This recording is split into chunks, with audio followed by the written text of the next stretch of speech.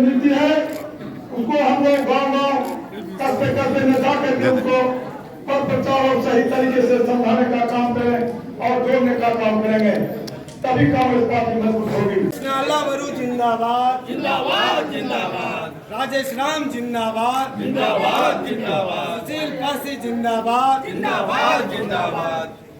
हो गया? Yes sir, किया जा सकता। हमारे परम आदरणीय बिहार की पत्रकार बंधु और हमारे इसको बंद करो, इसको भारत सरकार की इंडियन वाटर इंडिया की अध्यक्ष उपाध्यक्ष और डायरेक्टर, सबसे पहले तो मैं बिहार,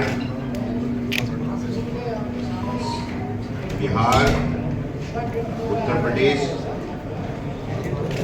झारखंड और वेस्ट बंगाल सभी प्रदेश सरकार को धन्यवाद देता हूँ। परम आदरणीय प्रधानमंत्री नरेंद्र मोदी जी की नेतृत्व में आज भारत जिस गति से विकास कर रहा है, प्रगति कर रहा है, और इसकी वजह से आज देश की हर प्रांतों का तेज गति से आज विकास की वजह से सब लोगों का मनोबल वृद्धि हुई है, आत्मविश्वास दोगुना हो गया है। तो भारत दुनिया की चौथा बड़े अर्थव्यवस्था बन चुका है।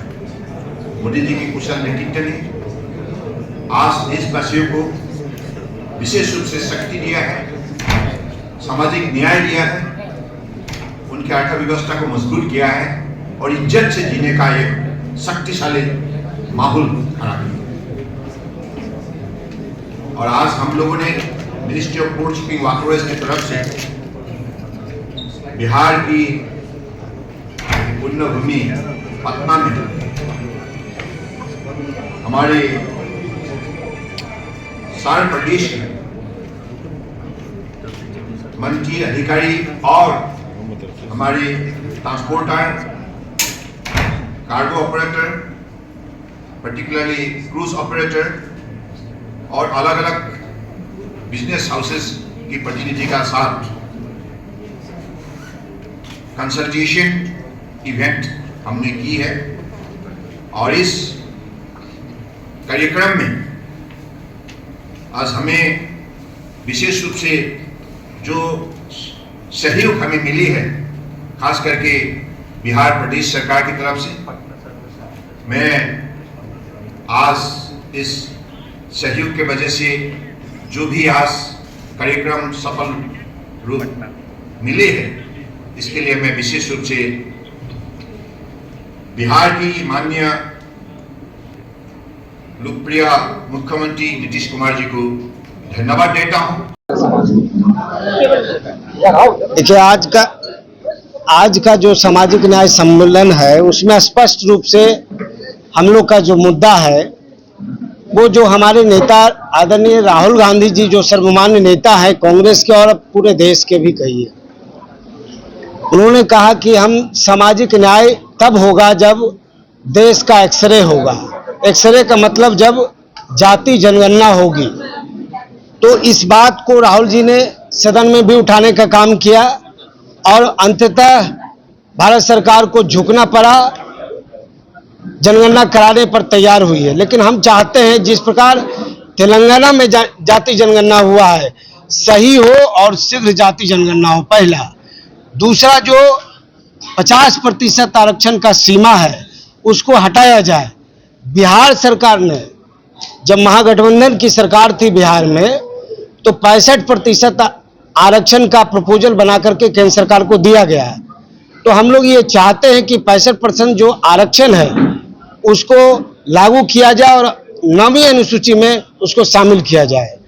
तीसरा सबसे बड़ी बात है कि हमेशा हमारे नेता राहुल जी भी कहते हैं कि लेटरल एंट्री को बंद किया जाए। ये सीधी भर्ती क्या है भैया, चोर दरवाजे से भर्ती करना बंद करो, लेटरल एंट्री बंद किया जाए और जो बैकलॉग का सीट खाली पड़ा हुआ है हर विभाग में, उन सारे बैकलॉग के नियुक्तियों को शीघ्र और शीघ्र किया जाए।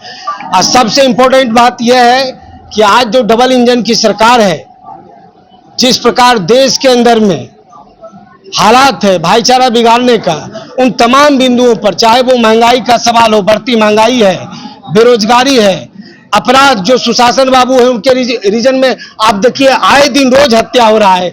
दलित बच्ची के हाल फिलहाल में आप देखिए कितना विभत्स तरीके से बलात्कार किया गया, और जब मेडिकल सुविधा के लिए आना था उस समय उनको मेडिकल सुविधा नहीं मिला, मर गई। हमारा कहना है कि आज जो दलित समाज के लोग हैं, अति पिछड़ा समाज के लोग हैं, गरीब है, मजदूर है, किसान है, हर वर्ग, महिला है, हर वर्ग डबल इंजन की सरकार में त्रस्त है। अपराध है, पलायन है, निजीकरण कर करके सारे आरक्षण को खत्म करने की साजिश की जा रही है। पूरे देश का भाईचारा बिगाड़ने का कोशिश हो रहा है, लोकतंत्र को समाप्त करने की कोशिश हो जा रही है। आज हम लोग सामाजिक न्याय के माध्यम से संविधान बचाने और लोकतंत्र बचाने की लड़ाई लड़ने आगे कुछ आंदोलन भी करेंगे? जी बिल्कुल। अब जो आज का जो सामाजिक न्याय का जो चिंतन है, इसमें जो बुद्धिजीवियों का राय आ रहा है पूरे बिहार का और वरिष्ठ नेताओं का, उस आधार पर बिहार के सभी जिलों में सामाजिक न्याय चौपाल कांग्रेस करेगी। परिचय बताएंगे? भाई कुंदन गुप्ता, पूर्व प्रदेश अध्यक्ष, अति पिछड़ा विभाग, बिहार। न्याय के जनक थे। हरिजन शब्द सर्वप्रथम गांधी जी ने दिया था, और गांधी जी इसी बिहार की धरती, चंपारण की धरती से जब वो 200-300 आदमी का कार्यक्रम किया करते थे, फिर यही बिहार ने उनको महात्मा की उपाधि दी। आज ये सामाजिक न्याय सम्मेलन के अवसर पर कांग्रेस पार्टी, जो हमेशा से गरीब तबके, अति पिछड़ा हो, एससी हो, एसटी हो, अल्पसंख्यक हो, पीड़ित हो, ऐसे लोगों के लिए हमेशा से समर्पित रहा है। और जितनी भी पॉलिसीज आज तक कांग्रेस ने इन तबकों के लिए बनाया, आज देखिए 2500 रुपया महिलाओं के लिए योजना हम लोग चुनाव के लिए घोषणा किए हैं, किसानों के लिए तमाम प्रकार की योजनाएं बनी। तो आज मोदी की सरकार, नीतीश मोदी जी की सरकार जो है, हर स्तर पर इस समाज के आवाज को कुचलने का काम किया, हक और अधिकार को कुचलने का काम किया है। चाहे हमारे जैसे पूर्व के साथी ने कहा कि जो आज बेरोजगारी है, जो आज पलायन है, बिहार जैसा राज्य जो पिछड़ेपन का शिकार हुआ, आज 20 साल से सरकार चल रही है यहाँ नीतीश मोदी जी की, फिर भी यहाँ शिक्षा नहीं है, फिर भी यहाँ रोजगार नहीं है, फिर भी लोगों को यहाँ नौकरियां नहीं मिल रहा है। तो ऐसे तमाम हालातों को लेकर के, सवालों को लेकर के सामाजिक न्याय सम्मेलन बिहार के गांव-गांव में हम लोग जाएंगे और उस समाज को जगाएंगे कि आप लोग अब जो है जागिए। ये 2025 का बिहार विधानसभा का चुनाव है और नीतीश मोदी की सरकार जो हमेशा से गरीब गुरबों को ठगने का काम किया, उसकी विदाई, उसका सुपड़ा इस बार साफ होने वाला है। राजकुमार, तो सामाजिक न्याय का ये है कि जो भी लोग वंचित हैं, शोषित हैं, उनको न्याय मिलना चाहिए। जैसे इस देश में जाति जनगणना का जो मुद्दा था, उसको हमारे जननायक राहुल गांधी जी ने लगातार इस देश में संघर्ष किया, उसके लिए विपक्ष ने उनको अपमानित करने का भी काम किया, फिर भी जातिगत जनगणना को कराने के लिए संकल्पित रहे और अंत में भारतीय जनता पार्टी को मजबूर किया गया। तो आज हम इस देश की सरकार से चाहते हैं कि जाति जनगणना इस ढंग से कराई जाए जो ओरिजिनल हो, वास्तव में, जिससे कि जो वंचित है, शोषित है, उनके अधिकारों को कैसे दिया जा सकता है, कौन लोग उपेक्षित रह गए हैं, ये आंकड़ा इस देश में आना चाहिए। और अगर इसकी आबादी 50% से ज्यादा है तो निश्चित तौर पर 50% की सीमा को तोड़ना चाहते हैं। तो हमारा उद्देश्य यह है कि इस देश में जब तक हर जाति धर्म के लोगों को बराबरी का मौका नहीं मिलेगा, हक का मौका नहीं मिलेगा, सामाजिक न्याय में महिला न्याय भी होता है। महिला न्याय का मतलब है कि इस देश में अगर महिलाओं को शिक्षा और संपत्ति का अधिकार अगर दिया गया तो कांग्रेस के कारण दिया गया। कांग्रेस हिंदू कोड बिल लाई थी और तभी महिलाओं को शिक्षा और संपत्ति का अधिकार देने का काम किया। तो कांग्रेस ने ही न्याय की परिभाषा को चरितार्थ किया है। बिहार में इस समय भारतीय जनता पार्टी चाहती है कि इस देश के दबे कुचले झुग्गी झोपड़ी के लोगों के साथ जुल्म हो, अन्याय हो, अत्याचार हो, क्योंकि भारतीय जनता पार्टी आरक्षण विरोधी है, संविधान विरोधी है और न्याय विरोधी है। उसने हर कदम पर जो है इस समाज के लोगों को उपेक्षित किया है और उन्हें प्रताड़ित किया है।